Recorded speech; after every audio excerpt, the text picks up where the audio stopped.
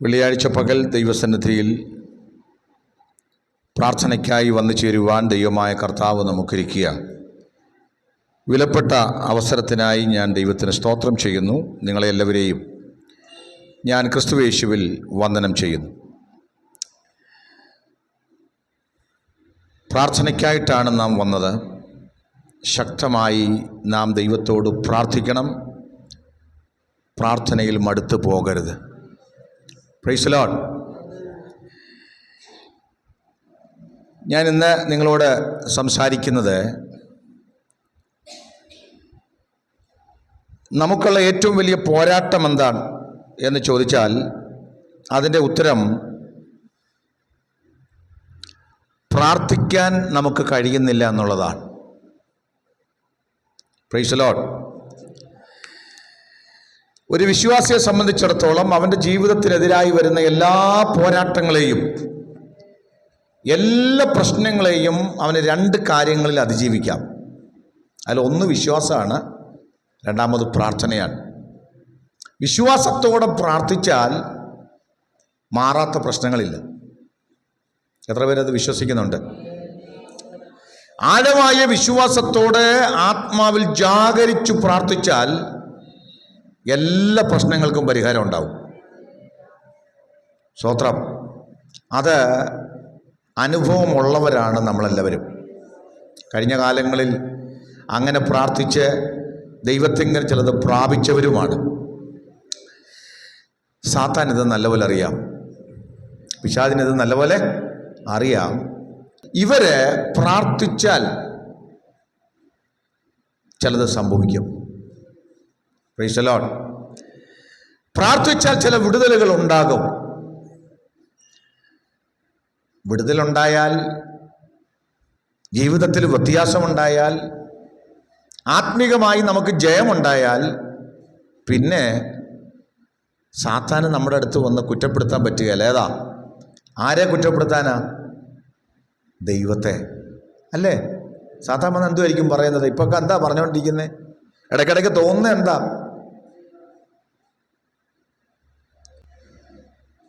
പ്രാർത്ഥിച്ചിട്ടും ദൈവം മറുപടി തരുന്നില്ലല്ലോ. ഞാൻ ഇത്രയും കിടന്ന് കരഞ്ഞിട്ടും ദൈവം എൻ്റെ ആവശ്യത്തിൽ പ്രവർത്തിക്കുന്നില്ലല്ലോ. ദൈവം എന്താ മനസ്സലിവില്ലാത്ത ദൈവമാണോ? കരയുന്നവരുടെ പ്രാർത്ഥനയ്ക്ക് മറുപടി കൊടുത്തു എന്നൊക്കെ ബൈബിളിൽ എഴുതി വെച്ചിട്ടുണ്ടെങ്കിലും എൻ്റെ ആവശ്യത്തിന് മാത്രം എന്താണ് ദൈവം പ്രവർത്തിക്കാത്തത് എന്നൊക്കെയുള്ള ചിന്തകൾ വരാറില്ലേ? Price the Lord. യഹോവ ഭക്തന്മാർ തമ്മിൽ സംസാരിച്ചു. യഹോവ ശ്രദ്ധ വെച്ച് കേട്ടു. നമ്മൾ സംസാരിക്കുന്നതും പറയുന്നതുമൊക്കെ കേൾക്കുന്നു. അപ്പം ഈ സംസാരം നമ്മളിൽ നിന്ന് പുറത്തു വരുന്നതിന് കാരണമായ ചിന്തകളിലേക്ക് നമ്മെ നയിക്കുന്നത് പലപ്പോഴും പിശാചാണ്. പിശാച് അടുത്തു വന്ന് പറയും, കണ്ടോ, നീ ഇത്രയും പ്രാർത്ഥിച്ചിട്ട്, അല്ലെങ്കിൽ നീ ഇത്രയും വിശ്വാസിയായി ജീവിച്ചിട്ട്, പള്ളിയിൽ പോയിട്ട് ആത്മീയ കാര്യങ്ങളിലൊക്കെ നിന്നിട്ട് നിന്റെ വിഷയത്തിൽ ദൈവം എന്ത് ചെയ്യുന്നില്ല? പ്രവർത്തിക്കുന്നില്ല. ദൈവം നിന്നെ തള്ളിക്കളഞ്ഞിരിക്കുന്നു എന്നൊക്കെ പിശാച് പറയും. അപ്പോൾ ശരിയായ നിലയിൽ നമ്മൾ പ്രാർത്ഥിക്കുകയും വിശ്വസിക്കുകയും ചെയ്യുമ്പോൾ ചില വിടുതലുകൾ നടന്നാൽ, ദൈവപ്രവൃത്തി നടന്നാൽ, സാത്താന് പിന്നെ നമ്മുടെ അടുത്ത് വന്ന് ദൈവത്തെ കുറ്റം പറയാൻ പറ്റത്തില്ല. ആശയം പിടികിട്ടിയോ? അതുകൊണ്ട് തന്നെ അവൻ മാക്സിമം നിന്റെ വിശ്വാസത്തിനെതിരെ പ്രവർത്തിക്കും. അവൻ മാക്സിമം നിന്റെ പ്രാർത്ഥനാ ജീവിതത്തിനെതിരെ പോരാടും. എല്ലാ ദൈവമക്കളും ഇന്ന് രാവിലെ ആ ദൂത് മനസ്സിലാക്കിയിരിക്കണം. Praise the Lord. Praise the Lord. ഒന്ന് ശക്തമായി വിശ്വാസത്തോടെ പ്രാർത്ഥിക്കാൻ കഴിയാത്തതാണ് നമ്മുടെ അടിസ്ഥാന പ്രശ്നം. വേറെ ഒന്നുമല്ല നമ്മുടെ പ്രശ്നം. നമുക്കൊത്തിരി കാര്യങ്ങൾ നേടേണ്ടതുണ്ട്, നമുക്കൊത്തിരി പോരാട്ടങ്ങളുണ്ട്, പ്രതിസന്ധികൾ ഒരുപാടുണ്ട്. പക്ഷെ അതല്ല നിൻ്റെ പ്രശ്നം, അതല്ല നമ്മുടെ അടിസ്ഥാന പ്രശ്നം. ഈ പ്രശ്നങ്ങളെയൊക്കെ പരിഹരിക്കാൻ കഴിയുന്ന വിശ്വാസത്തോടുകൂടി ഒരു പ്രാർത്ഥനയിൽ ഒന്ന് ജാഗരിക്കാൻ നിനക്ക് കഴിയാത്തതാണ് അടിസ്ഥാന പ്രശ്നം. എത്ര പേരത് തുറന്ന് സമ്മതിക്കുന്നുണ്ട്? ഇന്ന് രാവിലെ ഞാൻ ഈ ദൂത് നിങ്ങളോട് പങ്കുവയ്ക്കുമ്പോൾ ഇന്ന് പറയണം, കർത്താവേ, സത്യമാ, എൻ്റെ പ്രശ്നം ഒന്ന് ആത്മാവിൽ പോരാടാൻ പറ്റാത്തതാ. സിംഹത്തിൻ്റെ ഗുഹയിലേക്ക് പോകുന്നതിന് മുമ്പ് രേഖ തനിക്കെതിരായി എഴുതിയിരിക്കുന്നു എന്നറിഞ്ഞിട്ടും പ്രാർത്ഥനാമുറിയിലേക്ക് പോയ ദാനിയേലിനെ പോലെ ആത്മാവിൽ പ്രാർത്ഥിക്കാനുള്ള കഴിവ് എവിടെയൊക്കെയോ ദൈവമക്കൾക്ക് നഷ്ടപ്പെട്ടതാണ് ഇന്ന് നമ്മുടെ ഏറ്റവും വലിയ പ്രശ്നം. Price the Lord. അല്ലാതെ മുമ്പിൽ നിൽക്കുന്ന പ്രതികൂലങ്ങളല്ല, അവ മാറും. നീ അവൻ്റെ അടുക്കിലേക്കൊന്ന് ചെല്ലേണ്ടതുപോലെ ചെന്നാൽ. ഇത് സാത്താൻ അറിയാം. അവനിത് അറിയാവുന്നത് കൊണ്ട് നിന്നെ പ്രാർത്ഥനയ്ക്ക് അവൻ സമ്മതിക്കത്തില്ല. നിന്റെ പ്രാർത്ഥനാ ജീവിതത്തിനെതിരെ അവൻ പോരാടും. മുട്ടുമടക്കി 10 മിനിറ്റ് ഒന്ന് ഇരുന്ന് പ്രാർത്ഥിക്കണമെന്ന് കരയണമെന്ന് നീ ആഗ്രഹിക്കുന്നുണ്ട്, പക്ഷെ കഴിയുന്നില്ല. സാത്താൻ നിനക്ക് വിരോധമായി പ്രതിസന്ധി ഉയർത്തുന്നു. നിന്റെ അകത്ത് തന്നെ വലിയ പോരാട്ടങ്ങളുണ്ട്, സംഘർഷങ്ങളുണ്ട്.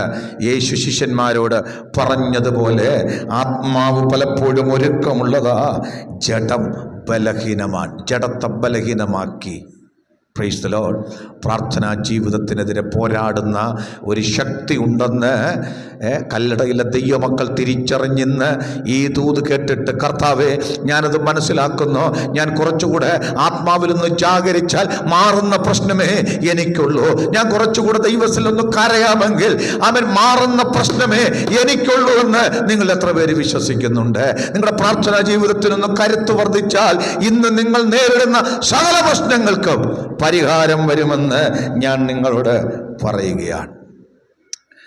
ഇപ്പം നമ്മൾ ഇന്ന് ചിന്തിക്കാൻ പോകുന്നത് എന്തൊക്കെ കാര്യത്തിലാണ് സാത്താൻ നമ്മുടെ പ്രാർത്ഥനാ ജീവിതത്തെ തടസ്സം വരുത്താൻ ഉണ്ടാക്കുന്ന കെണികൾ. അതിനെക്കുറിച്ചൊന്ന് പറയാം. നിങ്ങൾക്കറിയാവുന്ന കാര്യമായിരിക്കും ചിലതൊക്കെ. അതൊന്നുകൂടെ ഒന്ന് കേട്ടിട്ട് അതൊന്ന് തിരിച്ചറിയണം. ഒന്നാമത്തെ കാര്യം, ഇന്നലെ രാത്രിയിൽ ഞാൻ അല്പം ഒന്ന് സൂചിപ്പിച്ചായിരുന്നു ആ കുടുംബ പ്രാർത്ഥനയിൽ ബുധനാഴ്ച. പല ആളുകളും പറയുന്നത് അവർക്ക് സമയമില്ല എന്നുള്ളതാണ്, അല്ലേ? തിരക്ക്, ശ്രദ്ധാശൈഥല്യം, തിരക്ക് വരുത്തുക, ശ്രദ്ധ കേന്ദ്രീകരിക്കാൻ പറ്റാതെ ബഹളത്തിനകത്ത് നമ്മളെ കൊണ്ടിരുത്തുക, നമ്മുടെ ചിന്തകളെ മാറ്റിക്കളയുക, ഏകാഗ്രതയോടെ ഒന്ന് ഇരിക്കാൻ കഴിയാതെ പലതരത്തിലുള്ള ബഹളങ്ങളുടെയും തിരക്കുകളുടെയും നടുവിൽ നമ്മളെ എപ്പോഴും എത്തിക്കുക. സമയത്തിൻ്റെ കുറവ്, ഏകാഗ്രതയില്ല, ചിന്ത ഏകാഗ്രപ്പെടുത്താൻ കഴിയാതെ ആ തിരക്കിനകത്ത് നമ്മളെ കൊണ്ടുവരുത്തുക സാത്താൻ്റെ ഏറ്റവും വലിയ തന്ത്രമാണ്. ഇന്ന് എല്ലാ ദൈവമക്കളെയും വല്ലാതെ ഗ്രസിച്ചിരിക്കുന്ന ഏറ്റവും വലിയ പാപമാണ്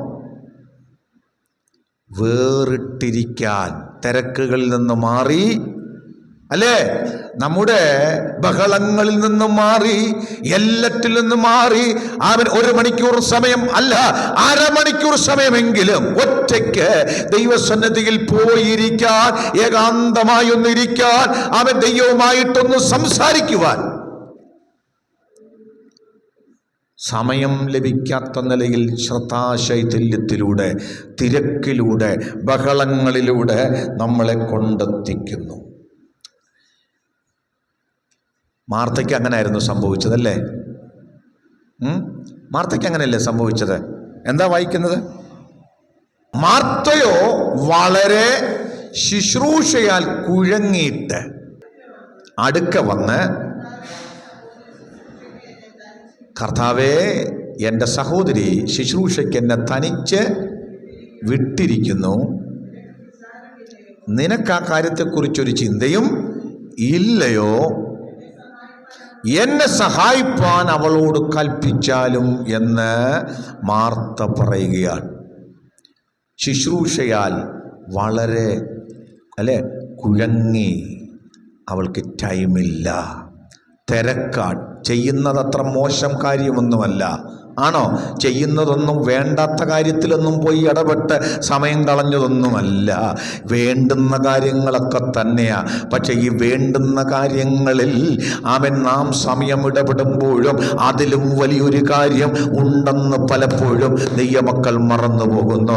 നിങ്ങൾ നിങ്ങളുടെ കുടുംബത്തെ നോക്കുന്നത്, നിങ്ങളുടെ കുഞ്ഞുങ്ങളെ നോക്കുന്നത്, നിങ്ങളുടെ കാര്യങ്ങളൊക്കെ ചെയ്യുന്നത്, വീട്ടുകാര്യങ്ങൾ നോക്കുന്നത്, നിങ്ങളുടെ ജോലി കാര്യങ്ങൾ നോക്കുന്നതൊക്കെ വേണ്ടുന്ന കാര്യങ്ങളാ. അതൊക്കെ നിങ്ങൾ വേണ്ടുവോളം ചെയ്തുകൊള്ളൂ. പക്ഷേ അതിനേക്കാൾ വേണ്ടുന്നൊരു കാര്യമുണ്ട്. അത് അവഗണിക്കുന്നത് കൊണ്ടാണ് ഈ പ്രശ്നങ്ങൾ ഇങ്ങനെ കൂമ്പാരമായി നിൽക്കുന്നത്. പ്രാർത്ഥനാ മുറിയിൽ പ്രിയ സഹോദരിമാരെ, പ്രിയ സഹോദരന്മാരെ, നീ ഒന്നിരുന്നിരുന്നെങ്കിൽ ഇന്ന് അനുഭവിക്കുന്ന പ്രതിസന്ധികൾ, ഇന്ന് മുമ്പിൽ നിൽക്കുന്ന ചില വെല്ലുവിളികളൊക്കെ ദൈവത്തിന്റെ ആത്മാവ് നീക്കിക്കളയുമായിരുന്നു. നിന്റെ പ്രാർത്ഥനയാൽ, നിന്റെ വിശ്വാസത്താൽ, നിന്റെ പ്രാർത്ഥനാ മുറിയിലെ കണ്ണുനീര് ദൈവം കണ്ടിട്ട് അവൻ പ്രാർത്ഥനയ്ക്ക് മറുപടി തന്ന് ഇന്ന് അനുഭവിക്കുന്ന പ്രതിസന്ധികൾ അവിടെ ഉണ്ടാകുമായിരുന്നില്ല എന്ന് ഞാൻ ഇന്ന് നിങ്ങളോട് ഉറപ്പായി പറയുക. നിങ്ങളെ തിരക്കിനകത്തുപ്പെടുത്തി പ്രധാനപ്പെട്ട കാര്യമെന്ന് ചിന്തിച്ച കാര്യങ്ങളൊക്കെ ചെയ്തുകൊണ്ട് നിങ്ങളുടെ ജീവിതങ്ങളെ ശ്രദ്ധാശൈഥല്യത്തിലൂടെ നിങ്ങളുടെ ചിന്തകളെ മാറ്റിമറിച്ച് ഓർത്തിരിക്കുവാൻ, പ്രാർത്ഥിക്കുവാൻ സമയമെടുക്കാൻ കഴിയാത്തത് കൊണ്ട് പ്രശ്നങ്ങൾ കൂടി കൂടി വന്നു. സ്വോത്രം സ്വോത്രം. ഇന്നിപ്പം ചെയ്തുകൊണ്ടിരിക്കുന്ന കാര്യങ്ങൾ കൂടുതലായി ചെയ്യുന്നത് കൊണ്ട് മുമ്പിൽ നിൽക്കുന്ന പ്രതിസന്ധി മാറുകയല്ല. പ്രതിസന്ധികൾക്ക് പരിഹാരം വരണമെങ്കിൽ അപ്പൻ്റെ പാദപീഠത്തിൽ നിങ്ങൾ ഇരിക്കണം. പ്രശ്നങ്ങൾക്ക് പരിഹാരം വരണമെങ്കിൽ അവിടുത്തെ മുമ്പാകെ ഇരിക്കണം. പ്രശ്നങ്ങൾക്ക് പരിഹാരം വരണമെങ്കിൽ അവിടുത്തെ മുമ്പാകെ കവിണ്ണ് വീഴണം. ശത്രുവിനറിയാ അതിനിവളെ അനുവദിക്കരുത്, അതിനിവരെ അനുവദിക്കരുത്. അതുകൊണ്ട് എന്ത് വേണമെന്നറിയാമോ? മാക്സിമം മറ്റു കാര്യങ്ങൾ തിരക്കുകളിലേക്ക് എത്തിക്കുക. സ്വത്രം സത്യമല്ലേ? പക്ഷേ അവിടെ ഒരു സഹോദരി മറിയ, അവൾ നല്ല അംശം തിരഞ്ഞെടുത്തു എന്ന് കർത്താവ് തന്നെ പറയുക. അങ്ങനെയല്ലേ പറയുന്നത്? ഒന്ന് വായിച്ചേ. കർത്താവ് അവളോട്, മാർത്തയെ, നീ പലതിനെ ചൊല്ലി വിചാരപ്പെടുന്നു, നീ പലതിനെ ചൊല്ലി വിചാരപ്പെട്ടും മനം കലങ്ങിയും ഇരിക്കുന്നു. കർത്താവ് പറയുക, സഹോദരി, അല്പമേ വേണ്ടൂ, അല്ല ഒന്നു മതി. അല്ലേ? മറിയ നല്ല അംശം തിരഞ്ഞെടുത്തിരിക്കുന്നു, അതവളോടാരും അപഹരിക്കുകയില്ല. ഇന്ന് പകൽ വചനം കേൾക്കുന്ന പ്രിയപ്പെട്ടവരെ, അരുമരക്ഷകന്റെ വാക്കാകട്ടോ. നിങ്ങൾ നൂറുകണക്കിന് കാര്യങ്ങൾ ചെയ്തുകൊണ്ടിരിക്കുക.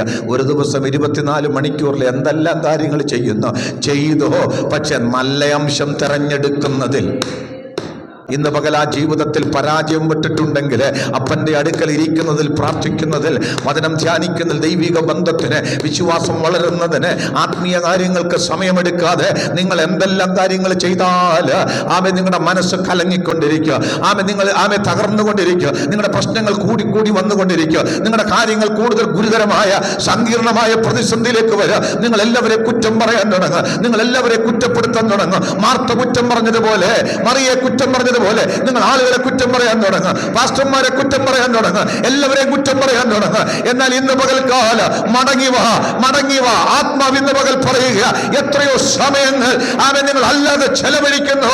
പരിശുദ്ധാത്മാവ് ഇന്ന് പകൽ ദൂതായി വിളിച്ചു പറയുക, അവന്റെ സന്നിധിയിലിരുന്ന് ഒന്ന് കരയുവാൻ, നിലവിളിക്കുവാൻ നിനക്ക് സെപ്പറേറ്റായി ഒരു നിമിഷങ്ങൾ, സമയങ്ങൾ ഉണ്ടെങ്കിൽ ഈ ദിവസങ്ങളിൽ ചില പ്രശ്നങ്ങൾക്ക് പരിഹാരമുണ്ട്, പ്രതിസന്ധികൾക്ക് പരിഹാരമുണ്ട്. വളരെ സീരിയസ് ആയിട്ട് ഇന്ന് എടുക്കണേ. അത് നിങ്ങൾ സമയം കണ്ടെത്തിയിരിക്കണം. യേശു കർത്താവിൻ്റെ ജീവിതത്തിൽ നമ്മൾ പഠിച്ചാൽ ശുശ്രൂഷ മാത്രമായിരുന്നില്ല, കർത്താവിന് അങ്ങനെ പിതാവുമായിട്ട് സമയം ചെലവഴിക്കാൻ പ്രത്യേക സമയമുണ്ടായിരുന്നു. കർത്താവിൻ്റെ ശുശ്രൂഷയുടെ ഏറ്റവും വലിയ വിജയം ആ രഹസ്യ ജീവിതമായിരുന്നു. പിതാവുമായിട്ടുള്ള ആ രഹസ്യ ജീവിതമായിരുന്നു യേശുവിൻ്റെ ഏറ്റവും വലിയ വിജയമെന്ന് പറയുന്നത്. മർക്കോസ് 1:35 ഒരുപാട് വാക്യങ്ങൾ കർത്താവിൻ്റെ പ്രാർത്ഥനാ ജീവിതത്തെക്കുറിച്ച്, പിതാവുമായിട്ടുള്ള സംസർഗത്തെക്കുറിച്ച് നമുക്ക് പറയാം. എല്ലാം പറയുന്നില്ല, ആ ഒരു വാക്യം വായിക്കാം. മർക്കോസ് 1:35.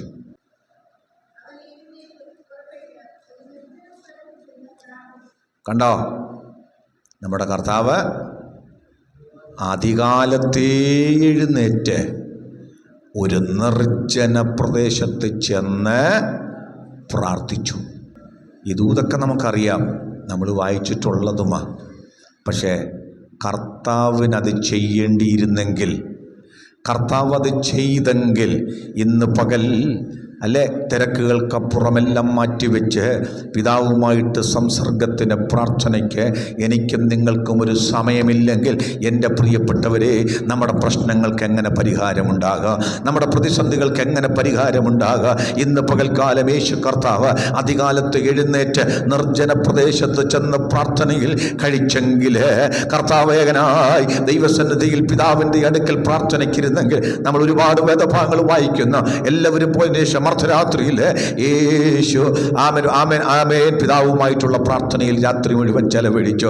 കർത്താവിനറിയാം ആമേൻ കർത്താവിൻ്റെ ആത്മജീവിതത്തിൻ്റെ ശുശ്രൂഷയുടെ അനുഗ്രഹം എന്ന് പറയുന്നത് ആമേൻ പിതാവുമായിട്ടുള്ള ആ പ്രാർത്ഥനാ ജീവിതമാണ്. വചനം കേൾക്കുന്ന പ്രിയപ്പെട്ടവരെ, പിശാച് സമ്മതിക്കാതെ തിരക്കുകൾ കൊണ്ടിട്ട് ജോലി തിരക്കുകൾ പ്രധാനപ്പെട്ടതെന്ന് നിന്നെ കൊണ്ട് തോന്നിപ്പിച്ച് ഇതാണ് ഏറ്റവും വലുതിനപ്പുറമൊന്നുമില്ല, ആമേൻ ബാക്കിയൊക്കെ രണ്ടാമതാണെന്ന് തോന്നിപ്പിച്ച് ഇന്ന് ചെയ്തുകൊണ്ടിരിക്കുന്ന പരിപാടികളുണ്ടല്ലോ, അതെല്ലാം ആമേൻ നല്ലത് തന്നെ. പക്ഷേ അതിനേക്കാൾ മുകളിലാണ് അപ്പനുമായിട്ടുള്ള സമയം ചെലവഴിക്കുന്നത്, നല്ല അംശം തിരഞ്ഞെടുക്കുന്നത്.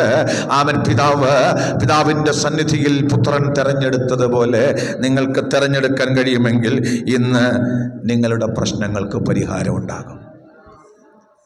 സ്തോത്രം. കാരണം പത്രോസ് പറയുന്നു, ഉണർന്നിരിപ്പീൻ, നിർമ്മതരായിരിപ്പീൻ. പിശാച് അലർന്ന സിംഹമെന്ന പോലെ ആരെ, 1 പത്രോസ് 5:8, ആരെ വിഴുങ്ങേണ്ടുവെന്ന് തിരിഞ്ഞ് ചുറ്റി നടക്കുന്നു. ഇതൊരു സത്യമാണെങ്കിൽ ഇന്ന് പകൽ ജാഗ്രതയോടെ അവൻ്റെ സന്നിധിയിൽ പ്രാർത്ഥനയ്ക്ക് മുഴങ്കാലം അടക്കാൻ ഈ ദിവസങ്ങളിൽ തയ്യാറാകുമ്പോൾ മല പോലെ നിൽക്കുന്ന ചിലത് മാറാൻ പോകുകയാണ്. എത്ര പേര് വിശ്വസിക്കുന്നുണ്ട്? സാത്താൻ അറിയാ, നീ ഒന്ന് ഇരുന്നാൽ, നീ ഒന്ന് പ്രാർത്ഥിച്ചാൽ, നീ ഒന്ന് കണ്ണുനീർ അവൻ ഒഴിച്ചാൽ, അവൻ ആ ഏകാഗ്രതയിൽ നീ ദൈവത്തിലൊന്ന് അടുത്ത് ചെല്ലാമെങ്കിൽ ഈ പ്രശ്നമെല്ലാം മാറും. സാത്താൻ ഇത് അറിയാവുന്നതുകൊണ്ട് ഇവൻ എന്ത് ചെയ്യും?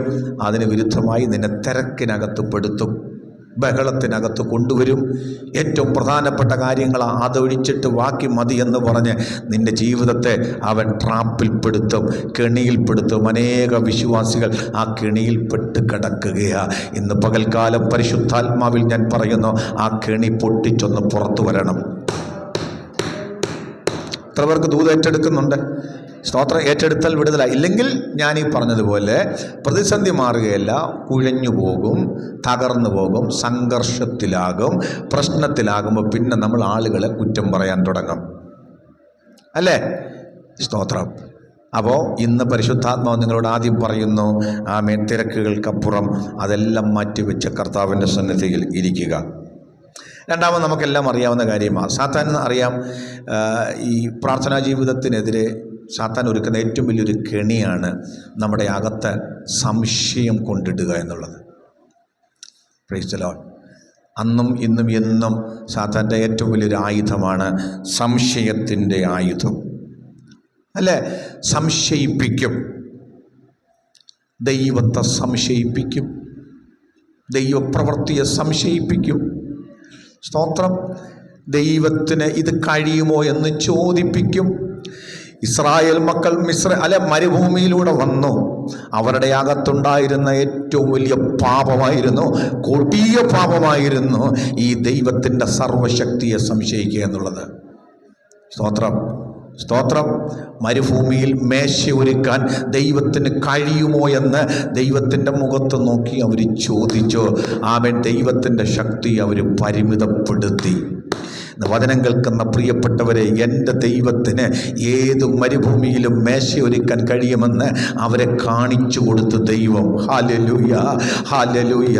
പാറയിൽ നിന്ന് വെള്ളം തരാൻ കഴിയുമെന്ന് ദൈവത്തിന് ആമൻ അവരെ തെളിയിച്ചു കൊടുത്തു കേട്ടോ. ചെങ്കടൽ വറ്റിക്കാൻ ഈ ദൈവത്തിന് കഴിയുമെന്ന് അവരുടെ മുമ്പിൽ ദൈവം തെളിയിച്ചു. പാറയെ മധുരമാക്കുവാൻ ഈ ദൈവത്തിന് കഴിവില്ല എന്നല്ല, അവിടത്തേക്കെല്ലാം കഴിയുമെന്ന് ഇസ്രായേലിനെ പഠിപ്പിച്ചു. പഠിപ്പിച്ചു. വചനം കേൾക്കുന്ന പ്രിയപ്പെട്ടവരെ, സംശയത്തിൻ്റെ വിത്ത് സാത്താൻ അകത്ത് പാകി. ഇന്ന് പ്രാർത്ഥിക്കുന്ന വിഷയങ്ങൾ, അതിൻ്റെ വലിപ്പം, ആമേൻ, അതിൻ്റെ വലിയ കാര്യങ്ങളൊക്കെ ചിന്തിച്ച് ഇതൊന്നും നടക്കുന്ന കേസല്ല, ഇതൊന്നും നടക്കത്തില്ല എന്ന് സംശയം കൊണ്ടുവരികയാ. ദൈവത്തിൻ്റെ പ്രവൃത്തികളെ സംശയിച്ചുകൊണ്ട്, ദൈവത്തിൻ്റെ മഹത്വത്തെ സംശയിപ്പിച്ചുകൊണ്ട് ആമേൻ വ്യാപരിക്കുന്ന ഇരുട്ടിൻ്റെ ശക്തികൾക്കെതിരെ ആത്മാവിൽ നമ്മൾ പോരാൻ കേൾക്കുന്ന പ്രിയപ്പെട്ടവരെ, നമുക്ക് ശരിക്കും പറഞ്ഞാൽ ദൈവത്തിൻ്റെ കൃപ അനുഭവിച്ച് നമുക്ക് ഒരിക്കലും പറയാൻ പറ്റത്തില്ല ദൈവത്തിനത് കഴിയത്തില്ലെന്ന്. പറ്റുമോ? പക്ഷെ എന്നിട്ടും നമുക്കിപ്പോൾ പ്രാർത്ഥിക്കാൻ വയ്യ. കാര്യം എന്താ? ഈ സംശയം കയറി. നാളെ രാവിലെ ദൈവം എനിക്ക് വേണ്ടി അത്ഭുതം പ്രവർത്തിക്കുമെന്ന് കരുതി രാത്രിയിലൊന്ന് ജാഗരിക്കാൻ മടിയാ. കാര്യമെന്നാ? ഉള്ളിലിരുന്നുകൊണ്ട് പറയുക, ഞാനിന്ന് രാത്രി ഉറക്കം വിളച്ചാലൊന്നും നാളെ സംഭവമൊന്നും ഉണ്ടാകത്തില്ല. പിന്നെ ഇന്ന് രാത്രി കിടന്ന് ഉറങ്ങാമെങ്കിൽ ഉറങ്ങാം. പിടികിട്ടുന്നുണ്ടോ? അവിശ്വാസമായി. വിശ്വാസമുണ്ടെങ്കിൽ പറയും, ഇന്ന് രാത്രി മുഴുവനും ഞാൻ ആ വിഷയത്തിന് വേണ്ടി ജാഗരിക്കും. നിശ്ചയമായും നേരം വെളുക്കുമ്പോൾ സർവശക്തനായ ദൈവം എനിക്ക് വേണ്ടി ഒരു അത്ഭുതം പ്രവർത്തിക്കും. യാക്കോബ് യാബോക്കിൻ്റെ കടവിൽ രാത്രി മുഴുവൻ ദൂതനുമായി മല്ലുപിടിച്ചു. Praise the Lord.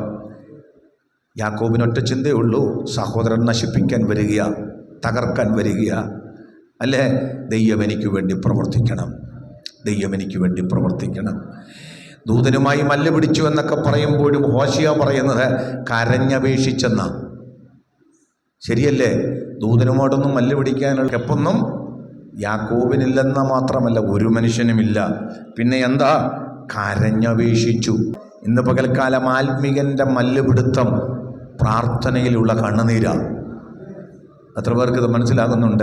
ആത്മികൻ്റെ മല്ലുപിടുത്തം പ്രാർത്ഥനയിൽ കരയുന്നതാ. എൻ്റെ കർത്താവേ, ഈ വിഷയത്തിൻ്റെ മേൽ ദൈവം പ്രവർത്തിക്കണം, ഇതിൻ്റെ മേൽ ദൈവം പ്രവർത്തിച്ചെങ്കിലേ ഞാനിവിടെ എഴുന്നേൽക്കുന്നുള്ളൂ, എൻ്റെ കർത്താവിൻ്റെ ഒരു പ്രവൃത്തി എനിക്ക് കാണണമെന്ന് പറഞ്ഞ് മല്ല് പിടിക്കുക. കണ്ണുനീര് കൊണ്ടാ. കണ്ണുനീർ കാണുമ്പോൾ മനസ്സലിയുന്നൊരു ദൈവം, കണ്ണുനീരിനെ മറികടന്നു പോകാത്തൊരു ദൈവമുണ്ട്. ആളുകൾക്കതറിയാം, വിശ്വാസമുള്ളവർക്കറിയാം. കഴിഞ്ഞ കാലങ്ങളിൽ അനുഭവിച്ച ദൈവമക്കളുണ്ട്. അവർ പറയും, രാത്രി മുഴുവനും ഞാൻ ദൈവത്തിൽ നിലവിളിച്ചു, പ്രാർത്ഥിച്ചു, ഞാൻ കരഞ്ഞു, അനേക ദിവസങ്ങൾ ഞാൻ കരഞ്ഞു. ദാവീദ് പറഞ്ഞതുപോലെ ഞാൻ എൻ്റെ കണ്ണുനീര് കൊണ്ട് എൻ്റെ കിടക്കയെ നനയ്ക്കുന്നു. അവൻ കരഞ്ഞത് കൊണ്ട് എന്ത് സംഭവിച്ചു? ആ കണ്ണുനീര് കണ്ട് പ്രവർത്തിക്കുന്ന ഒരു ദൈവം ഉണ്ടെന്ന വിശ്വാസമുള്ളത് കൊണ്ട് കണ്ണുനീര് കണ്ട ദൈവം ആളുകൾക്ക് വേണ്ടി പ്രവർത്തിച്ചു. എൻ്റെ ചോദ്യം ഇന്ന് എവിടെ പോയി? ആ സ്ഥാനത്തുനിന്ന് സംശയം കയറിയിരിക്കുകയാ. ദൈവത്തെ സംശയിക്കുകയാ. ദൈവം എൻ്റെ പ്രാർത്ഥന കേൾക്കുമോ എന്ന് സംശയിക്കുകയാ. ദൈവം എൻ്റെ കണ്ണുനീർ കാണുമോ എന്ന് സംശയിക്കുക. ദൈവം ഇത് പ്രവർത്തിക്കുമോ എന്ന് സംശയിക്കുകയാ. ഇന്ന് പകൽക്കാല സംശയത്തിൻ്റെ ആത്മാവ് ഇന്ന് പകൽ നിങ്ങളെ വിട്ടുമാറട്ടെ. ഇതൊരു സാത്താൻ്റെ കെണിയാണ് കേട്ടോ. സ്തോത്രം. സാത്താനായി സംശയം ഉണ്ടാക്കുന്നത്. ഹവ്വയോട് വന്ന് പറഞ്ഞില്ലേ, ഈ പഴം ഭക്ഷിക്കരുതെന്ന് ദൈവം നിങ്ങളോട് വാസ്തവമായി കൽപ്പിച്ചിട്ടുണ്ടോ? സംശയം ജനിപ്പിക്കുന്ന എവിടെ നിങ്ങളുടെ അകത്ത് പ്രാർത്ഥിക്കാനിരിക്കുമ്പോൾ ഒരു സംശയം വന്നാൽ ശാസിച്ചോണം. സാത്താൻ്റെ ഒരു പദ്ധതിയാണ്. എൻ്റെ ദൈവം അവൻ എനിക്ക് വേണ്ടി പ്രവർത്തിക്കുക, എൻ്റെ കർത്താവ് എനിക്ക് വേണ്ടി പ്രവർത്തിക്കും. ഹല്ലേലൂയ. യാക്കോബ് പറയുന്നു, സംശയിക്കുന്നവൻ കാറ്റടിച്ച് അലയുന്ന കടൽ തിര പോലെ. യാക്കോബ് 1:6-7 വാക്യങ്ങൾ വേഗം വായിച്ചേ. എന്നാൽ അവനൊന്നും സംശയിക്കാതെ വിശ്വാസത്തോടെ യാചിക്കണം. സംശയിക്കുന്നവൻ കാറ്റടിച്ചുലയുന്ന കടൽ തിരയ്ക്ക് സമനാകുന്നു. ഇങ്ങനെയുള്ളവൻ കർത്താവിങ്കിൽ നിന്ന് വല്ലതും പ്രാപിക്കുമെന്ന് നിരൂപിക്കുക പോലും ചെയ്യരുത്. അവൻ ദൈവത്തിൽ നിന്നെല്ലാം കിട്ടുമെന്നും ദൈവപ്രവൃത്തി ഉണ്ടാകുമെന്ന് ചിന്തിക്കുക പോലും ചെയ്യരുത്. കാരണം ദൈവം അവർക്ക് വേണ്ടി ഒന്നും കൊടുക്കത്തില്ല. ഇന്ന് പകൽ നിങ്ങൾ തിരിച്ചറിഞ്ഞോ, അവൻ നിങ്ങളൊരു നല്ല മനുഷ്യനായിരിക്കുക, നിങ്ങളൊരു നല്ല വ്യക്തിയായിരിക്കുക, നിങ്ങൾ സ്തോത്ര കാഴ്ചയിടുന്നയാളായിരിക്കുക, നിങ്ങൾ എല്ലാ മീറ്റിങ്ങിലും സംബന്ധിക്കുന്നയാളായിരിക്കുക. പക്ഷേ നിങ്ങൾ ദൈവത്തെ സംശയിച്ചു തുടങ്ങിയാൽ, ദൈവം നിങ്ങൾക്ക് വേണ്ടി പ്രവർത്തിക്കുന്ന കാര്യത്തെക്കുറിച്ച് നിങ്ങളുടെ ജീവിതത്തിൽ സംശയമുണ്ടായി, വിശ്വാസം നഷ്ടപ്പെട്ടു തുടങ്ങിയാൽ, നിങ്ങൾ അവിശ്വസിക്കുന്ന ഒരാളായി തീർന്നാൽ, നിങ്ങളൊരു കാര്യം അറിയണം, നിങ്ങൾ അവൻ കടൽ തിരക്ക് സമനാണ്. ഒന്നും നിങ്ങൾ പ്രാപിക്കില്ല. Price the Lord. പക്ഷെ നിങ്ങൾക്ക് വിശ്വാസമുണ്ട്, ഈ ദൈവം എനിക്ക് വേണ്ടി പ്രവർത്തിക്കാം, എൻ്റെ കർത്താവ് വിഷയത്തിന് മേൽ ഇട്ടപ്പെടുക. ഇന്ന് പകൽക്കാലം ഞാൻ ഈ കരയുന്നതിനും ഞാൻ ഈ പ്രാർത്ഥിക്കുന്നതിനും സർവശക്തന്റെ പ്രവൃത്തി ഉണ്ടാകുമെന്ന് വിശ്വാസത്തോടെ നിനക്ക് നിലവിളിക്കാൻ കഴിഞ്ഞാൽ സ്തോത്രം, നിശ്ചയമായും ദൈവത്തിങ്കൽ നിന്ന് ചിലത് പ്രാപിച്ചെടുക്കാൻ കഴിയും. അപ്പോൾ സാത്താൻ്റെ രണ്ട് കെണികളെക്കുറിച്ച് ഞാൻ പറഞ്ഞു. എന്തൊക്കെയാണ് പറഞ്ഞത്? ഒന്ന്, തിരക്കുണ്ടാക്കുക, മനസ്സ് വ്യതിചലിപ്പിക്കുക, അങ്ങനെ ദൈവത്തിലിരിക്കാൻ പറ്റാതെ വരിക. രണ്ടാമത്തെ കാര്യം, സംശയം ജനിപ്പിക്കും. Praise the Lord. സംശയിപ്പിക്കും, അവിശ്വാസം കയറും. ഇനി മൂന്നാമത്തെ കാര്യം, ദൈവമക്കളിൽ നല്ലൊരു പങ്ക് ആളുകൾക്കും കൊണ്ടു നടക്കുന്നൊരു സ്വഭാവമാണ് ഈ കുറ്റബോധം എന്ന് പറയുന്നത്. എന്താണ് കുറ്റബോധം? ആളുകൾക്ക് ഒരു ചിന്ത, ഞാനെന്തോ കുറവുള്ള ആളാണ്, എൻ്റെ പരാജയങ്ങൾ, എൻ്റെ കഴിഞ്ഞ കാല ജീവിതത്തിലെ പ്രതിസന്ധികൾ, ഇതൊക്കെ ഉള്ളത് കൊണ്ട് ദൈവം എൻ്റെ പ്രാർത്ഥന കേൾക്കത്തില്ല. സ്തോത്രം. ഞാൻ എത്ര കണ്ട് നിലവിളിച്ചാലും ദൈവം കേൾക്കത്തില്ല. ഞാനൊരു കാര്യം നിങ്ങളോട് തുറന്നു പറയാം. നിശ്ചയമായും ബൈബിൾ പറയുന്നു, നിങ്ങൾ ഹൃദയത്തിൽ അകൃത്യം കരുതിയാൽ ദൈവം കേൾക്കത്തില്ല. നമ്മുടെ അകത്ത് പാപമുണ്ടെങ്കിൽ കേൾക്കില്ല. പക്ഷേ നിങ്ങളുടെ ജീവിതത്തിലെ പാപങ്ങൾ, പരാജയങ്ങൾ, കഴിഞ്ഞകാല ജീവിതത്തിലെ കുറവുകൾ നിങ്ങളത് ഏറ്റു പറഞ്ഞിട്ടുണ്ടെങ്കിൽ, ത്രിവേദിന് ആമേൻ പറയും. നിങ്ങളത് ദൈവത്തോട് തുറന്ന് സമ്മതിച്ച്, ദൈവമേ എനിക്ക് പരാജയം പറ്റിപ്പോയി, എനിക്ക് കുറവ് വന്നുപോയി, ഇന്ന് പകൽക്കാലം എന്നോട് ക്ഷമിക്കണമെന്ന് പറഞ്ഞ് നിങ്ങൾ നിലവിളിച്ചിട്ടുണ്ടെങ്കിൽ, ഏറ്റുപറഞ്ഞുപേക്ഷിച്ചിട്ടുണ്ടെങ്കിൽ, സ്തോത്രം, നിങ്ങളുടെ പാപം ക്ഷമിക്കുവാൻ, നിങ്ങളുടെ കുറ്റങ്ങൾ ക്ഷമിക്കുവാൻ, നിങ്ങളെ കഴുകി വെടിപ്പുള്ളവനാക്കുവാൻ നീതിമാനും വിശ്വസ്തനുമായ ഒരു ദൈവമാണ് നമ്മുടെ കർത്താവ്. യേശുവിൻ്റെ രക്തം സകല പാപവും പോക്കി നമ്മെ ശുദ്ധീകരിക്കുന്നു എന്ന് തിരുവെഴുത്ത് പറയുന്നെങ്കിൽ, ഇന്ന് വചനം കേൾക്കുന്ന പ്രിയപ്പെട്ട സഹോദരങ്ങളെ, കുറ്റബോധത്തിനകത്തൊന്നും ഇറണ്ടവരല്ല നിങ്ങൾ. ഈ കുറ്റബോധം നിങ്ങളുടെ അകത്ത് വന്നാൽ നിങ്ങൾ സ്വയം ചിന്തിക്കും, ഞാൻ പ്രാർത്ഥിച്ചിട്ട് കാര്യമില്ല, ഞാൻ എത്ര കരഞ്ഞാൽ ദൈവം കേൾക്കത്തില്ല എന്ന്. ആ ഒരു ചിന്ത നിങ്ങളുടെ അകത്ത് സാത്താൻ കൊണ്ടുവരും. കഴിഞ്ഞകാല ജീവിതത്തെക്കുറിച്ച് ഓർമ്മിപ്പിക്കും. നിങ്ങളുടെ പരാജയങ്ങളെക്കുറിച്ച് നിങ്ങളെ കൂടെ ബോധ്യം വരുത്തും. എന്നിട്ട് പറയും, നീയൊന്നും പ്രാർത്ഥിച്ചിട്ട് ഒരു കാര്യവും ഇല്ല, നിന്റെ ഒന്നും പ്രാർത്ഥന ദൈവം കേൾക്കത്തില്ല എന്ന് കൂടെ നിങ്ങളെ കുത്തിക്കൊണ്ടിരിക്കും. വെളിപ്പാട് 12-10 വാക്യം അങ്ങനെയല്ലേ പറയുന്നത്? വായിക്കാം. വെളിപ്പാട് പുസ്തകം 12-ാം അധ്യായത്തിൻ്റെ 10-ാം വാക്യം.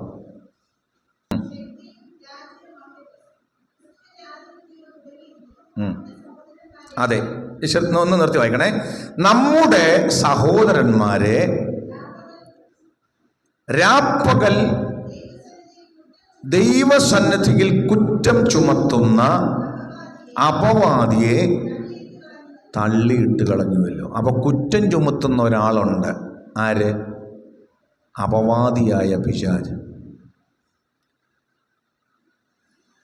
സ്തോത്രം. സാധാരണ നമ്മളെ കുറ്റം ചുമത്തുന്നവനാ.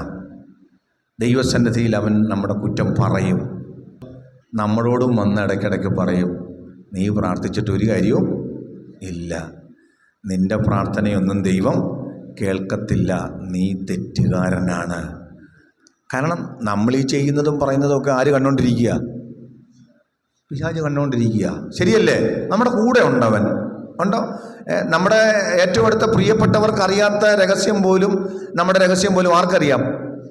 പിശാചിനറിയാം, വളരെ നന്നായിട്ട് അറിയാം. അപ്പം അതുകൊണ്ട് ഇവനിതെല്ലാം കണ്ടുകൊണ്ടിരിക്കുക. അപ്പം ഇത് വച്ചിട്ട് ഇവൻ ഇടയ്ക്കിടയ്ക്ക് നമ്മളെ കുത്തും, ഇടയ്ക്കിടയ്ക്ക് നമ്മളെ കുറ്റം ചുമത്തും. ഈ കുറ്റം ചുമത്തൽ, ഈ കുറ്റപ്പെടുത്തൽ ആളുകളെ വല്ലാതെ ക്ഷീണിപ്പിക്കും, ആളുകളെ വല്ലാതെ ഭയത്തിലാക്കും. അവർ പ്രാർത്ഥനാ ജീവിതത്തിൽ പുറകോട്ട് പോകും. എന്നാൽ ഇന്ന് വചനം കേൾക്കുന്ന നിങ്ങളോട് ഞാനൊരു ദൂത് പറയാം. ഈ പ്രാരംഭ സമയം ഞാൻ പറഞ്ഞതുപോലെ നിങ്ങൾ നിങ്ങളുടെ പാപങ്ങളെയും കുറവുകളെയും ഏറ്റു പറഞ്ഞിട്ടുണ്ടെങ്കിൽ, നിങ്ങളത് ദൈവസന്നിധിയിൽ അറിയിച്ചിട്ടുണ്ടെങ്കിൽ, ആമേൻ, സംഭവിക്കുന്നത് എന്താണെന്നറിയാമോ? റോമാലേഖനം 8-ാം അധ്യായത്തിൻ്റെ 1-ാം വാക്യം പറയുന്നത് പോലെ, ഇപ്പോൾ ക്രിസ്തുയേശുവിലുള്ളവർക്ക് ഒരു ശിക്ഷാവിധിയുമില്ല. ഇന്ന് പകൽ നിങ്ങളുടെ പാപത്തിൻ്റെ കുറ്റമൊക്കെ ക്ഷമിച്ചിരിക്കുന്നു. സാത്താൻ്റെ മുഖത്ത് നോക്കി പറയണം, ശരിയാ നീ പറഞ്ഞത്, എൻ്റെ ജീവിതത്തിൽ പരാജയം വന്നിട്ടുണ്ട്, എൻ്റെ ജീവിതത്തിൽ കുറ്റം വന്നിട്ടുണ്ട്, എൻ്റെ ജീവിതത്തിൽ പ്രതിസന്ധികൾ വന്നിട്ടുണ്ട്, എനിക്ക് ദൈവം ഭാഗം നിൽക്കാനുള്ള യോഗ്യത ഇല്ലായിരുന്നു, ഞാൻ ഒത്തിരി കുറവുള്ളവനാ. പക്ഷേ നീ മനസ്സിലാക്കേണ്ട ഒരു കാര്യമുണ്ട്, ഞാൻ എൻ്റെ ദൈവത്തോട് എൻ്റെ പാപമെല്ലാം ഏറ്റുപറഞ്ഞു, ഞാൻ എൻ്റെ ദൈവത്തോട് എൻ്റെ കുറ്റങ്ങൾ ഏറ്റുപറഞ്ഞു. അവിടുത്തെ രക്തം എൻ്റെ സകല പാപവും പോക്കി എന്നെ ശുദ്ധീകരിക്കുന്ന രക്തമാകയാൽ ആ നിയമ രക്തം, ആ കുഞ്ഞാടിന്റെ വിലയേറിയ രക്തം കൊണ്ട് ഞാൻ കടികൾ പ്രാപിച്ചവനാ.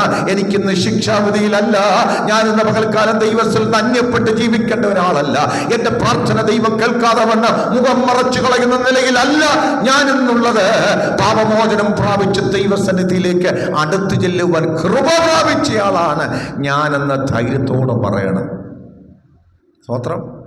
അതിന് ദൈവം എൻ്റെ കുറ്റം ക്ഷമിച്ചു, എൻ്റെ പാപങ്ങളൊക്കെ ക്ഷമിച്ചു എന്നുള്ള ബോധ്യമുണ്ടാകണം. സ്തോത്രം. ഏറ്റുപറയുമ്പോൾ ആ ബോധ്യം ഉണ്ടാകും. പരിശുദ്ധാത്മാവ് അത് തരുന്നത്. ആത്മാർത്ഥമായി ആളുകൾ ഏറ്റുപറഞ്ഞാൽ എന്തോ കിട്ടും? ആ ഒരു ബോധ്യം ഉണ്ടാകും. അതിനാ പറഞ്ഞത്, നിങ്ങൾക്ക് പാപമില്ല എന്ന് പറഞ്ഞാൽ നിങ്ങളെ തന്നെ വഞ്ചിക്കുന്നു. എന്നാൽ നിങ്ങൾ നിങ്ങളുടെ പാപങ്ങളെ ഏറ്റുപറഞ്ഞാൽ, നിങ്ങളുടെ പാപങ്ങളെ ക്ഷമിച്ച് നിങ്ങളുടെ സകല അനീതിയും പോക്കി നിങ്ങളെ വിശുദ്ധീകരിക്കുവാൻ നീതിമാനും വിശ്വസ്തനുമായ ഒരു കാര്യസ്ഥൻ, ഒരു മഹാപുരോഹിതൻ, ഒരു നല്ല കർത്താവ് നമുക്കുണ്ട്. Price the Lord. സാത്താനോട് അത് പറയണം കേട്ടോ. ഇന്ന് പകൽ വചനം കേൾക്കുന്ന പ്രിയപ്പെട്ടവരെ, നിങ്ങൾ ഏറ്റുപറയണം. ഏറ്റുപറഞ്ഞോണം കേട്ടോ. എല്ലാം ഏറ്റുപറയണം. ജീവിതത്തിലെ സകല കുറ്റങ്ങളും ഏറ്റുപറയണം, സകല പാപങ്ങളും എപ്പോഴും ഏറ്റുപറയണം. എപ്പോൾ പ്രാർത്ഥനയ്ക്കിരുന്നാലും അതറിയണം. ഒരിക്കൽ പറഞ്ഞാൽ പോരാ, എപ്പോൾ നിങ്ങൾ പ്രാർത്ഥനയ്ക്ക് മുട്ടുമടക്കിയാലും ആദ്യം വേണ്ടത് ആ റൂട്ട് ക്ലിയർ ചെയ്യുക എന്നുള്ളതാ. ശരിയാണോ? നമുക്ക് പല പ്രശ്നങ്ങൾ വരും. വാക്കിലും ചിന്തയിലും പ്രവൃത്തിയിലുമൊക്കെ ഓരോ സമയവും കുറ്റങ്ങളും കുറവുകളും ഒക്കെ വരുന്നവരാ. അവിടെ പ്രാർത്ഥനയ്ക്ക് മുഴങ്കാലും അടക്കുന്നതിന് മുമ്പ് ആമേൻ, ആ ശുദ്ധീകരണം പ്രാപിക്കണം, രക്തത്താലുള്ള കഴുകൽ പ്രാപിക്കണം. കർത്താവേ എന്നോട് ക്ഷമിക്കണം. ആദ്യമേ കയറി അങ്ങ് പ്രാർത്ഥിച്ച് തുടങ്ങുകയല്ല. ചിലരൊക്കെ അങ്ങനെ ചെന്നിരുന്നാൽ ഉടനെ ആദ്യമേ എന്ത് ചെയ്യുക? അങ്ങ് പ്രാർത്ഥിച്ചങ്ങ് തുടങ്ങുക. അല്ലല്ല കേട്ടോ. സമാഗമന കൂടാരത്തിലെ ക്രമീകരണം എങ്ങനെ? ആദ്യം എന്തുവാ? പ്രാകാരമല്ലേ? പ്രാകാരം കഴിഞ്ഞാൽ പിന്നെ വിശുദ്ധ സ്ഥലം, വിശുദ്ധ സ്ഥലത്തു നിന്നാണ് പിന്നെ അതിപരിശുദ്ധ സ്ഥലത്തേക്ക്. അപ്പം ആദ്യം എവിടെ പോകണച്ചാ? പ്രാകാരത്തിൽ എന്തോ നടക്കുന്നത്? യാഗമാണ്. ആദ്യം യാഗം നടക്കേണ്ട സ്ഥലം അവിടെയാ. കുറ്റത്തിന് പാപത്തിന് പരിഹാരം ഉണ്ടാകേണ്ട സ്ഥലം അവിടെയാ. തോലുരിക്കുന്ന സ്ഥലം അവിടെയാ. ശരിയാണോ? കഷ്ണം കഷ്ടമായി വെട്ടി വെക്കുന്ന സ്ഥലം അവിടെയാ, അല്ലേ? തീയിൽ ദഹിപ്പിക്കപ്പെടേണ്ട സ്ഥലം അവിടെയാ. ദൈവസന്നിധിയിലെ ആദ്യത്തെ സ്റ്റെപ്പ് എന്ന് പറയുന്നത് പ്രാകാരത്തിലെത്തുക എന്നുള്ളതാ. ഏതാ നമുക്ക് ഇന്ന് പകൽക്കാലം എത്തേണ്ട സ്ഥലം? ക്രൂശിലേക്ക് വരണം കേട്ടോ. അവിടെയാ നമ്മുടെ പാപത്തിന് പരിഹാരം ഉണ്ടാകുന്നത്. ആമേൻ. ദൈവപുത്രനായ യേശുവിൻ്റെ രക്തം നമ്മുടെ പാപത്തിൻ്റെ പരിഹാരത്തിന് വേണ്ടി ഒഴുകുന്നത് അവിടെയാ. ഏറ്റുപറയണം. ആദ്യമേ ക്രൂശിലേക്ക് ചെന്ന കർത്താവേ, ഇന്ന് പകൽ അങ്ങ് എനിക്ക് വേണ്ടി തകർക്കപ്പെട്ടത് അവിടുത്തെ രക്തം, എനിക്ക് വേണ്ടി ഒഴുക്കപ്പെട്ടത് എൻ്റെ പാപത്തിന് പരിഹാരത്തിന് വേണ്ടിയാ. എൻ്റെ വാക്കിൽ, എൻ്റെ ചിന്തയിൽ, എൻ്റെ പ്രവൃത്തിയിൽ, ജീവിതത്തിൻ്റെ സമസ്ത മേഖലയിൽ വന്നു പോയിട്ടുള്ള സകല കുറവുകളും അപ്പാ ഞാൻ നിന്നോട് ഇന്ന് പകൽ ഏറ്റുപറയുകയാണ്. അവിടുത്തെ രക്തം കൊണ്ട് എന്നെ ഒന്ന് കഴുകണമേ, എന്നെ ഒന്ന് വെടിപ്പാക്കണമെന്ന് പറഞ്ഞ് ശുദ്ധീകരണം പ്രാപിച്ചാൽ നിങ്ങൾക്കൊരു കോൺഫിഡൻസ് കിട്ടും, ധൈര്യം. അങ്ങനെയല്ലേ? ശുദ്ധീകരണം പ്രാപിച്ചവർക്ക് എന്തോ ഉണ്ട്? ധൈര്യമുണ്ട്. ഇബ്രായ ലേഖനം 4:16 പറയുന്ന പോലെ വായിക്കാം. അതുകൊണ്ട് കരുണ ലഭിക്കാനും തൽസമയത്ത് സഹായത്തിനുള്ള കൃപ പ്രാപിക്കാനുമായി നാം ധൈര്യത്തോടെ കൃപാസനത്തിനടുത്ത് ചെല്ലുക. ദുർമനസാക്ഷി നീങ്ങുമാർ ആത്മാവിൽ തളിക്കപ്പെട്ടവരും ശുദ്ധവെള്ളത്തിൽ കഴുകൽ പ്രാപിച്ച്, അങ്ങനെ കുറേ കാര്യങ്ങളും. അത് ശുദ്ധീകരണമാണ്. മനസ്സിലാവുന്നുണ്ടോ? എന്താ ധൈര്യം? ധൈര്യത്തിന്റെ അടിസ്ഥാനം എന്താ? പറഞ്ഞേ. പാവം വച്ചോണ്ട് പോകാൻ ധൈര്യം ഉണ്ടോ ആർക്കെങ്കിലും? അങ്ങനെയുള്ളവർ ഒഴിഞ്ഞു പോകും. അതാ പിശാചി കുറ്റബോധം വരുമ്പോഴത്തേക്ക് നമ്മൾ ഒഴിഞ്ഞു പോകും. പക്ഷേ ശുദ്ധീകരണം പ്രാപിച്ചവൻ, കാഴികൾ പ്രാപിച്ചവൻ, രക്തത്താൽ ശുദ്ധീകരിക്കപ്പെട്ടവന് ധൈര്യമാണ്, ഓടിക്കേറി പോകും. Praise the Lord, praise the Lord. അവനറിയാം അവനെ കഴുകുന്ന ഒരു പുണ്യാഹ രക്തമുണ്ട്. അവൻ്റെ പാപങ്ങളെ, നിങ്ങളുടെ പാപങ്ങൾ അത്ര കടിച്ചുവപ്പായിരുന്നാലും ഹിമം പോലെ വെളുപ്പിക്കുന്ന ആ പുണ്യാഹ രക്തത്തിൽ ആശ്രയിച്ച നമ്മൾ പോകുന്നത് പോരാ. നമുക്ക് വേണ്ടി അവിടെ ഒരു മഹാപുരോഹിതനുണ്ട്, അല്ലേ? ആ മഹാപുരോഹിതനിൽ വിശ്വസിച്ചുകൊണ്ടാണ് നമ്മൾ പോകുന്നത്. മധ്യസ്ഥതയിലാണ് നമ്മൾ പോകുന്നത്. അതുകൊണ്ട് പിശാച് കുറ്റബോധം കൊണ്ടുവരും കേട്ടോ. പാപത്തെക്കുറിച്ചുള്ള ഓർമ്മ കൊണ്ടുവരും. അത് വെച്ച് നിന്നെ ഒതുക്കാൻ നോക്കും. നിൻ്റെ പ്രാർത്ഥന ദൈവം കേൾക്കത്തില്ലെന്ന് വാദിക്കും. അവിടെയാ ആത്മികൻ പറയുന്നു, ഇല്ല, എൻ്റെ പാപത്തിന് പരിഹാരം വരുത്തി ഞാൻ എൻ്റെ കുറ്റമേറ്റു പറഞ്ഞിരിക്കുന്നു. ഇന്ന് വചനം കേൾക്കുന്ന എല്ലാ പ്രിയപ്പെട്ടവരും പാപമേറ്റു പറഞ്ഞ ശുദ്ധീകരണത്തോടെ നിങ്ങൾ പോകാമെങ്കിൽ നിങ്ങളുടെ വിഷയത്തിന് ദൈവം മറുപടി തരും. 3 തന്ത്രങ്ങൾ ഞാൻ പറഞ്ഞു. നമ്പർ 1 തിരക്ക്, അല്ലേ? നമ്പർ 2 സംശയം. 3 കുറ്റബോധം, പാപത്തിൻ്റെ കുറ്റബോധം. 4-മത്തെ കാര്യം, 2 കാര്യങ്ങൾ ചേർത്ത് പറയാം. 1 ക്ഷീണം. അങ്ങനെ നമുക്ക് മലയാളത്തിൽ മനസ്സിലാവുന്ന ഭാഷയിൽ തന്നെ പറയാം. ശാരീരികമായ ബലഹീനത, അതൊന്ന്. 2 ഈ ബലഹീനത നിമിത്തം ചെയ്യേണ്ട കാര്യങ്ങൾ ചെയ്യേണ്ട സമയത്ത് ചെയ്യാൻ പറ്റാതെ കാലതാമസം വരുത്തും. പിടികിട്ടുന്നുണ്ടോ? ക്ഷീണമായിരുന്നു, അതുകൊണ്ട് എഴുന്നേറ്റിരുന്ന് അന്നേരം പ്രാർത്ഥിക്കാനൊന്നും പറ്റിയില്ല. പിന്നെ എപ്പോഴും എഴുന്നേറ്റൊരു സ്തോത്രം അങ്ങ് പറഞ്ഞേ ചിങ്ങി വന്നു. ആശയം പിടികിട്ടിയോ? ക്ഷീണം. നമുക്കറിയാം, നമ്മളൊക്കെ മനുഷ്യരാണ്. നമുക്കൊക്കെ ശാരീരികമായ ക്ഷീണങ്ങളും പ്രയാസങ്ങളും ഒക്കെ ഉണ്ട്. പക്ഷേ പ്രാർത്ഥനയെ തടഞ്ഞുകൊണ്ട് നിങ്ങളുടെ ശരീരത്തിനെതിരെ ശത്രു പോരാടാൻ നിങ്ങൾ അനുവദിച്ചു കൊടുക്കരുത്.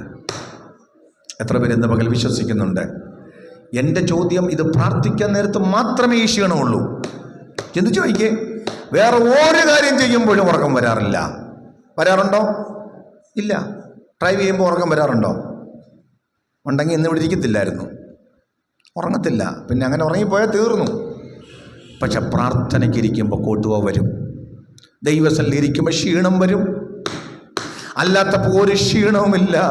ഇതൊരു കെണിയാണ്, ഇതൊരു ട്രാപ്പാണ്. ഇന്ന് എത്ര ദൈവമക്കൾ അത് മനസ്സിലാക്കുന്നുണ്ട്? മനസ്സിലാകുന്നവർക്കായിട്ട് ഞാനിന്ന് സ്തോത്രം ചെയ്യുകയാണ്. ശത്രുവിൻ്റെ ഈ കെണിയിൽ നിന്ന് നിങ്ങൾ പുറത്തു വരണം കേട്ടോ. ഇന്ന് പകൽക്കാല വിധവയെ പോലെ ലൂക്കോസ് 18:1 കർത്താവ് പറഞ്ഞ ഉപമയിൽ മടുത്തു പോകാതെ എപ്പോഴും പ്രാർത്ഥിക്കേണ്ടതിന് അവനൊരു ഉപമ പറഞ്ഞത്. ഇന്ന് പകൽക്കാലം എൻ്റെ പ്രിയപ്പെട്ടവരെ, അവർക്ക് ക്ഷീണത്തിൻ്റെ കാര്യം പറയാനില്ല, അവർക്ക് ബലഹീനത പറഞ്ഞുകൊണ്ടിരുന്നാൽ അവിടെ കാര്യത്തിന് നടക്കത്തില്ല. ഉറക്കത്തിന്റെ കാര്യം പറഞ്ഞുകൊണ്ടിരുന്നാൽ അവിടെ വിഷയത്തിന് മറുപടി ഉണ്ടാകത്തില്ല. അവൾ ഉറങ്ങിയില്ലെങ്കിൽ അവൾക്ക് എന്ത് പ്രശ്നമുണ്ടെങ്കിൽ അതൊന്നും വകവയ്ക്കാതെ അനീതിയുള്ള ന്യായാധിപങ്കൽ നിന്ന് ഒരു നീതി ലഭിക്കാൻ വേണ്ടി അവൾ പരക്കം പായുക. ഒരു മടുപ്പുമില്ലാതെ, ഒരു ക്ഷീണവുമില്ലാതെ അവൾ പോവുക. കാര്യം എന്താണെന്നറിയാമോ? ഒരു വിടുതൽ അവൾക്ക് ആവശ്യം. ഇന്ന് പകൽക്കാലം ശാരീരികമായിട്ടുള്ള പ്രതിസന്ധികൾ, ക്ഷീണങ്ങൾ വരുത്തി നമ്മുടെ പ്രാർത്ഥനാ ജീവിതത്തെ കെടുത്തിക്കളയുന്ന ഒരനുഭവമുണ്ട്. അത് സത്യമാണ്. യേശു തന്നെ പ്രാർത്ഥിക്കാൻ ഗതസമനയിൽ ശിഷ്യന്മാരെ വിളിച്ചുകൊണ്ട് പോയ കാര്യം നമുക്കെല്ലാം അറിയാം, അല്ലേ? എത്ര സീരിയസ് ആയിട്ടുള്ളൊരു വിഷയത്തിന് വേണ്ടിയാണ് കർത്താവ് പ്രാർത്ഥിക്കാൻ ഇവരെ വിളിച്ചുകൊണ്ട് പോയത്? സ്തോത്രം. ലോകത്തിൻ്റെ പാപം ചുമന്നുകൊണ്ട് ക്രൂശിൽ മരിക്കാൻ കർത്താവ് പോവുകയാണ്. പിതാവ് തന്നെ അല്പസമയത്തേക്ക് കൈവിടാൻ പോവുകയാണ്. പുത്രൻ തനിച്ചാകാൻ പോവുകയാണ്.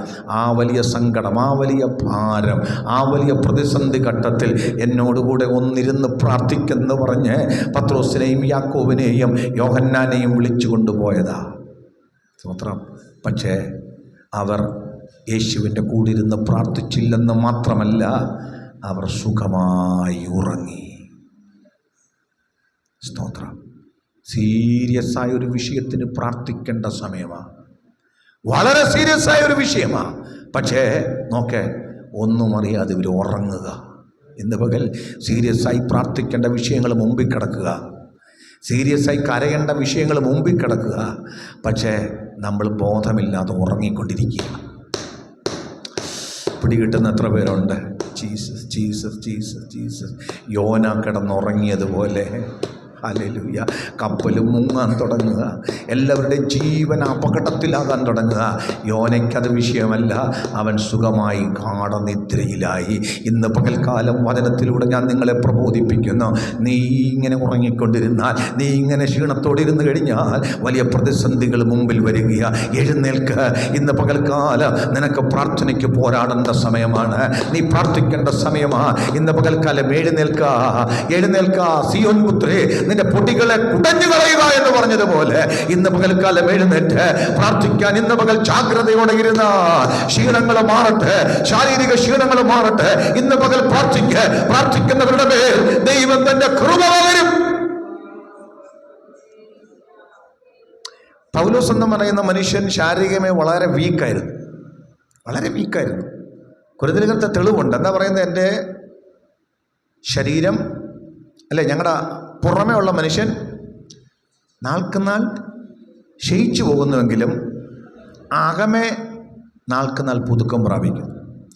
പൗലോസിനെ കുറിച്ച് മനസ്സിലാക്കുന്നത് വളരെയധികം ശാരീരികമായ ക്ലേശങ്ങളുള്ള ഒരു മനുഷ്യൻ, ദീർഘമായ മിഷണറി യാത്രകൾ, അനുഭവിച്ച ഉപദ്രവങ്ങൾ, കഷ്ടതകൾ, ഇതെല്ലാം കൊണ്ട് ആ മനുഷ്യൻ്റെ ശരീരം വല്ലാതെ ശുഷ്കിച്ചു പോയി.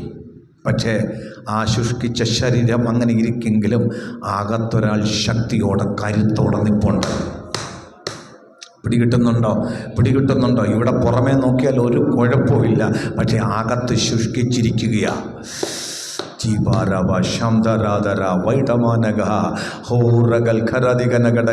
എഫെസോസിലെ വിശ്വാസികൾക്ക് വേണ്ടി പൗലോസ് പ്രാർത്ഥിക്കുമ്പോൾ ഇങ്ങനെയാ പ്രാർത്ഥിക്കുന്നത്: നിങ്ങൾ നിങ്ങളുടെ അകത്ത മനുഷ്യനെ സംബന്ധിച്ച് ശക്തിയോടെ ബലപ്പെടാൻ, ക്രിസ്തു വിശ്വാസത്താൽ നിങ്ങളുടെ ഹൃദയങ്ങളിൽ വസിക്കേണ്ടതിന് വരം നൽകാൻ ഞാൻ പ്രാർത്ഥിക്കുകയാ. കാര്യം എന്താണെന്നറിയാമോ? പുറമെ എത്ര മെച്ചമായിരുന്നാൽ, എത്ര നന്നായിരുന്നാൽ, അകത്ത് ബലമില്ലെങ്കിൽ തീർന്നു കേട്ടോ. അകത്ത് ആത്മശക്തി ഇല്ലെങ്കിൽ തീർന്നോ.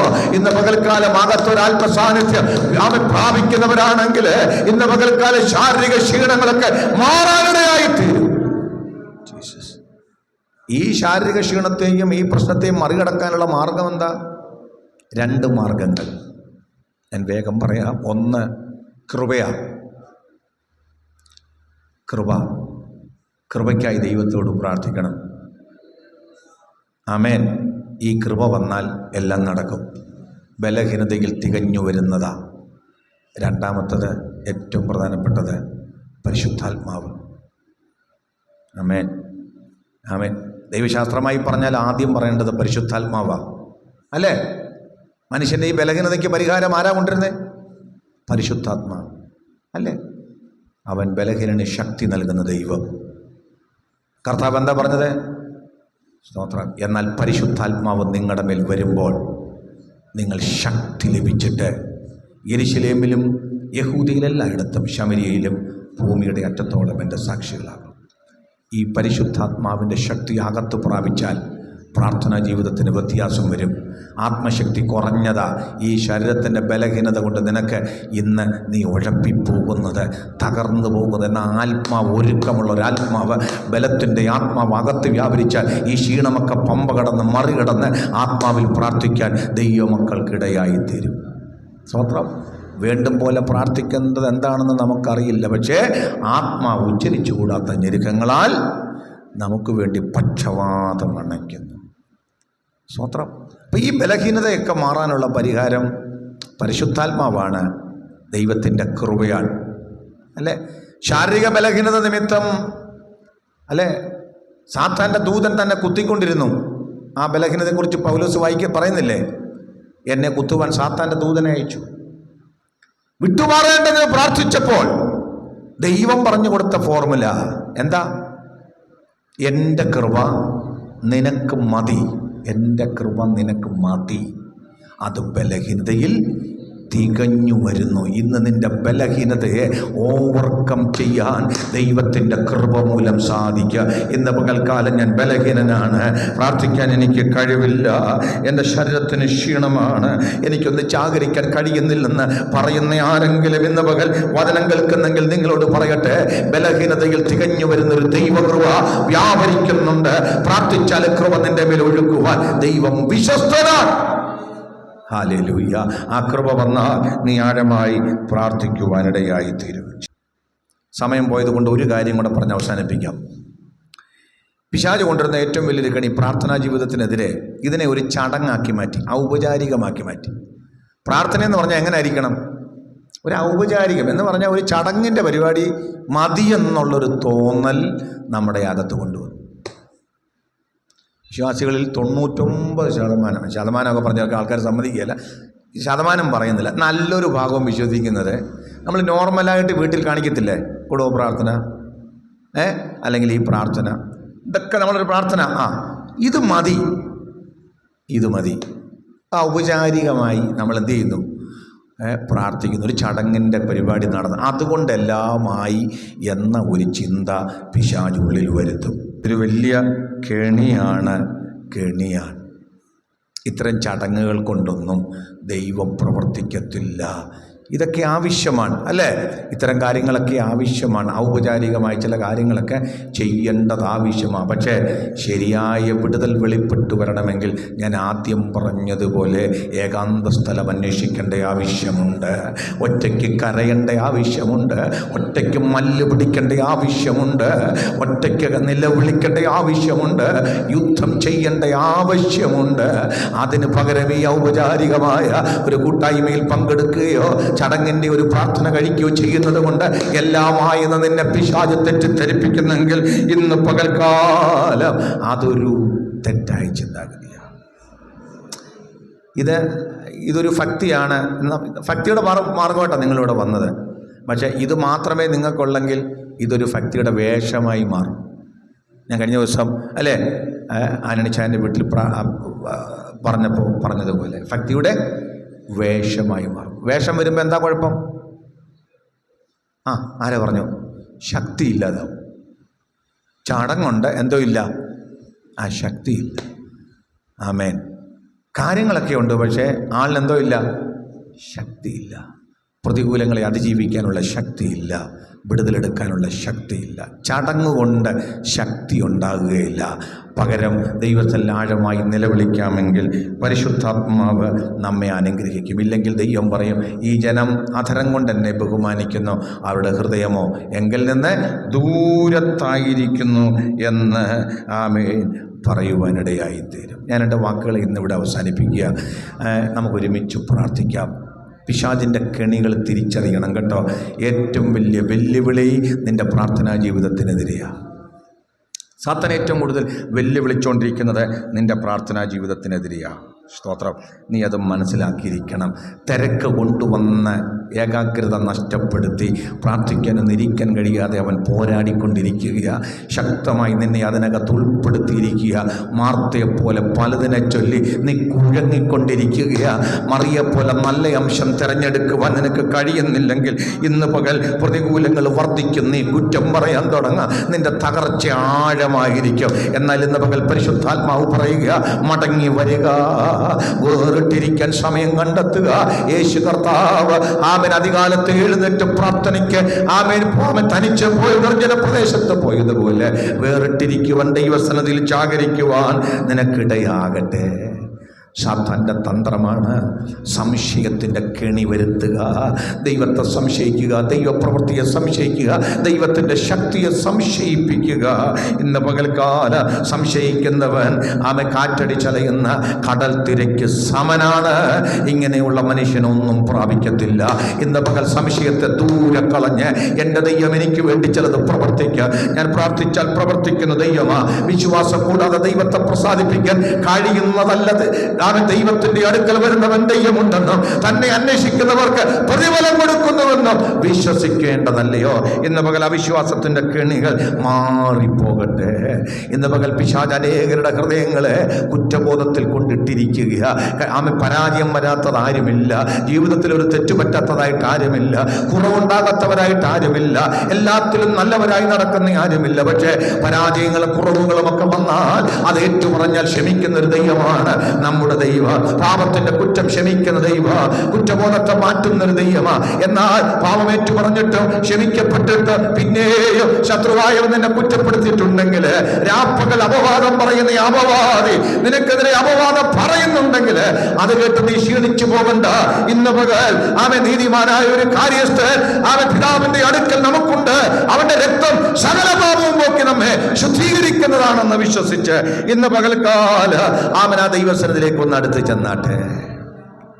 Price the Lord, praise the Lord. ശാരീരികമായ ക്ഷീണം അത് നിമിത്തം ചെയ്യേണ്ട കാര്യങ്ങൾ തക്ക സമയത്ത് ചെയ്യാൻ കഴിയാതെ ആത്മീയ കാര്യങ്ങൾക്ക് മുടക്കം വരുന്നത് ഒരു പതിവായിരിക്കുന്നവര്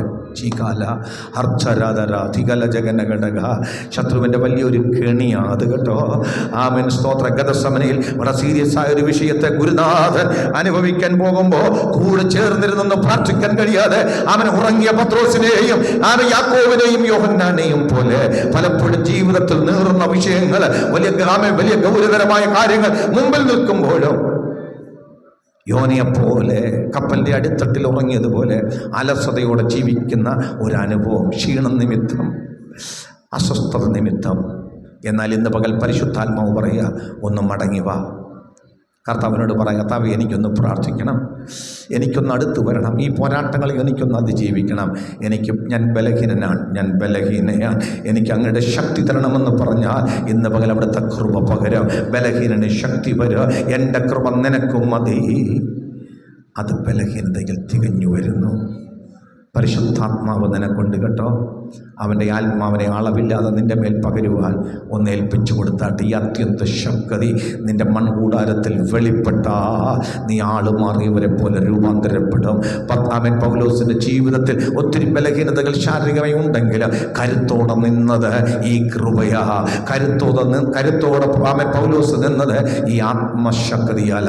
ഇന്ന് പകൽ എനിക്കും നിങ്ങൾക്ക് ആമ ക്ഷീണത്തെയും അലസതകളെയും മാറ്റിക്കളയുവാൻ ദൈവത്തിൻ്റെ കൃപ വ്യാപരിക്കുകയാ. ഹല്ലേലൂയ. ആമേൻ. മടുത്തു പോകാതെ വിധവയെപ്പോലെ പ്രാർത്ഥിക്കുവാൻ നമുക്കിന്ന് പകൽ സഹായിക്കട്ടെ ജീസസ്. അവസാനമായി നാം ചിന്തിച്ചത് ചടങ്ങിൻ്റെതായ ഒരു പ്രാർത്ഥനയും ചടങ്ങിൻ്റെതായ ആത്മീയ അനുഭവത്തിൽ നിന്നെ തളച്ചിട്ട് അതും മതി, അതിനപ്പുറമൊന്നും വേണ്ട എന്ന് കരുതി നിന്നെ ഔപചാരികതയ്ക്കകത്ത് ചടങ്ങിനകത്ത് തടച്ചിടുകയാണ്. ചങ്ങല പൊട്ടിച്ചൊന്നും പുറത്തു വരാം ഇല്ല.